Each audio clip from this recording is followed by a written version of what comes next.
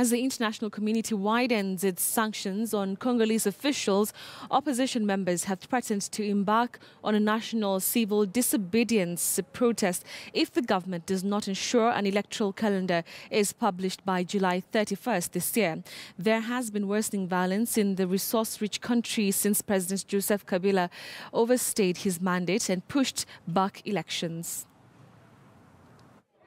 The opposition in the Democratic Republic of Congo is calling on the international community to enforce more sanctions on government leaders to ensure elections take place this year. The European Union and the United States have already issued sanctions against top government and military officials. President Joseph Kabila, who has been in power since 2001, struck a deal in December with Congo's main opposition bloc to stay on after his mandate expired, provided elections were held by the end of 2017. But talks to implement the deal broke down in March when Kabila refused to commit to the bloc's choice of prime minister. The country has been conducting nationwide voter registration since last month, but critics are skeptic that the presidential poll will take place on time.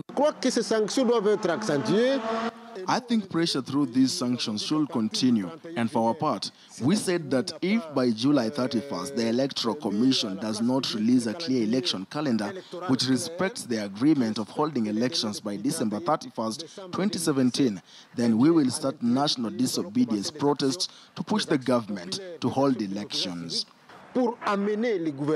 Congo's government has repeatedly denounced sanctions as unjustified and illegal, and has even threatened diplomatic retaliation.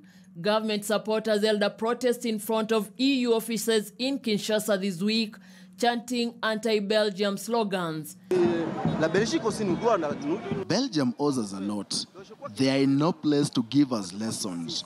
Yes, we accept collaboration, but not domination. That's all I have to say to these Europeans. Addressing the media, Congo's Information Minister Lambert Mende, who was blacklisted by the EU, criticized the international community for meddling in Congo's affairs.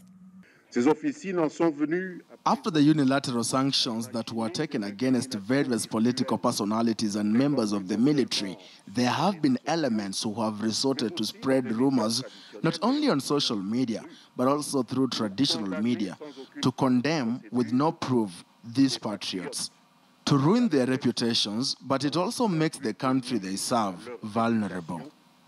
Former UN Secretary General Kofi Annan and 9 former African presidents last week warned that the future of DRC is in grave danger due to the failure to organize an election to replace President Kabila. Meanwhile, violence continues in different parts of the country. On Wednesday, exchanges of heavy weapon fire erupted in the northeast between the army and militia fighters, and several students sitting exams were wounded in an explosion at a school. Janet Chapia, KTN News.